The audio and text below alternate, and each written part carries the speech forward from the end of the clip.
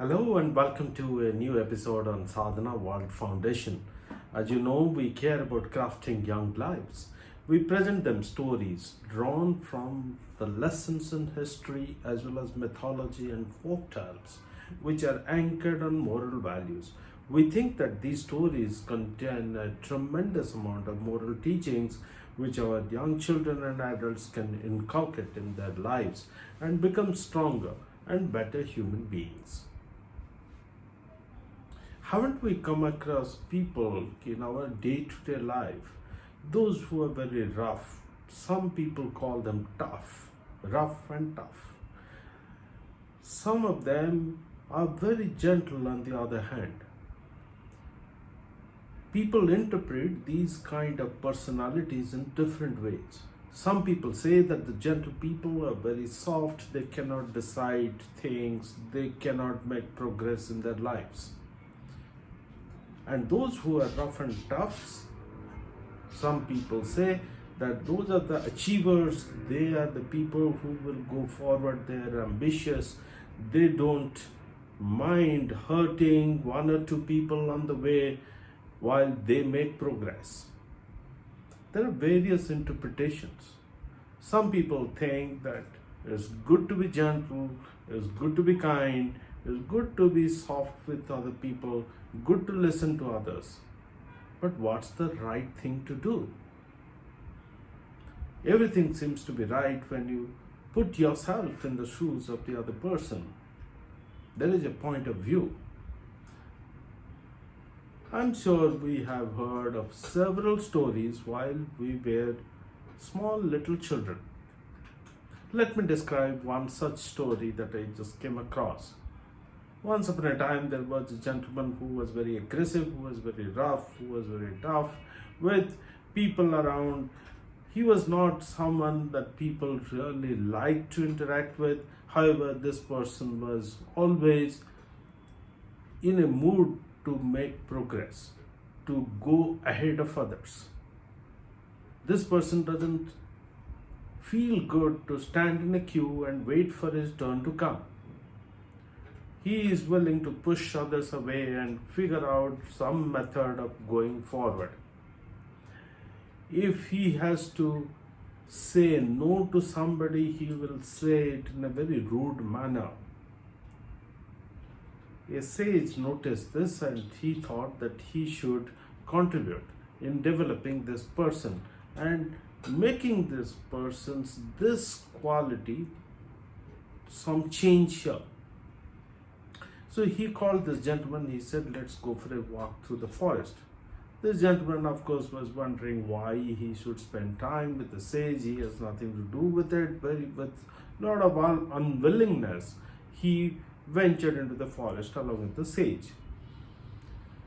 As they were walking through the forest, it was of course very boring for him because it was a slow walk and the sage was explaining the qualities of various trees, various plants which were coming on the way. There were sounds of birds chirping, some animals passing by, and the sage was explaining all the positive things of the ecosystem which is there in the jungle. This gentleman was not particularly enjoying it, but having come along with the sage, he continues that journey.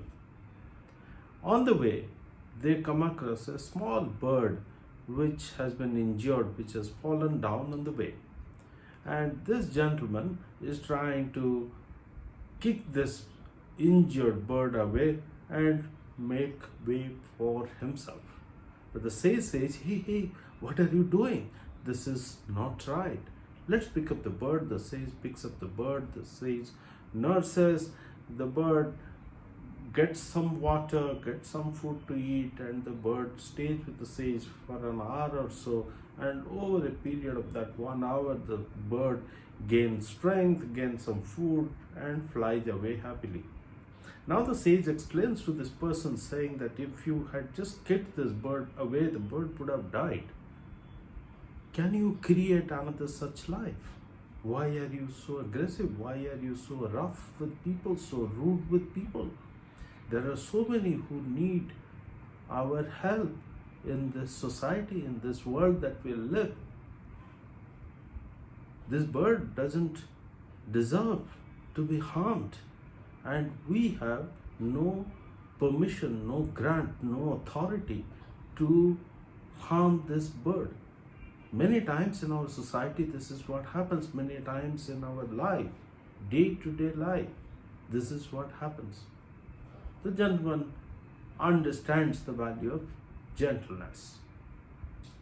In chapter number 16, Srimad Bhagavad Gita, Lord Sri Krishna explains 26 noble qualities or virtues that human beings must follow in their lives.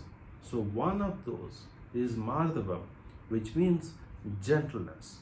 What does this mean? This is about what the sage explains. If we dip into our mythology, various religions, whether it is Christianity, Islam, or Hinduism, Taoism, the Native Americans, their beliefs, and all of that, everywhere it is considered good to be gentle with others. Even if you have to say no to somebody, there is a way of saying it gently, without being rude to the other person, without making the other person feel belittled, feel low, feel small. That's the teaching. Whether it is in Buddhism or many such religions, they have always guided us to become gentle. We don't have to be soft. We don't have to be malleable, and we don't have to go along with the wishes of everyone else. No, that's not being gentle. Being gentle means not being hurtful, not being harmful to others. Ladies and gentlemen, my dear young children and adults who are listening to this, we must all think about it. We see this every day in our lives, and it's easy to practice. However, it takes conscious effort on our part to change our behaviors, habits, to become gentle, to not be rude to others. Thank you very much. I look forward to our future conversations.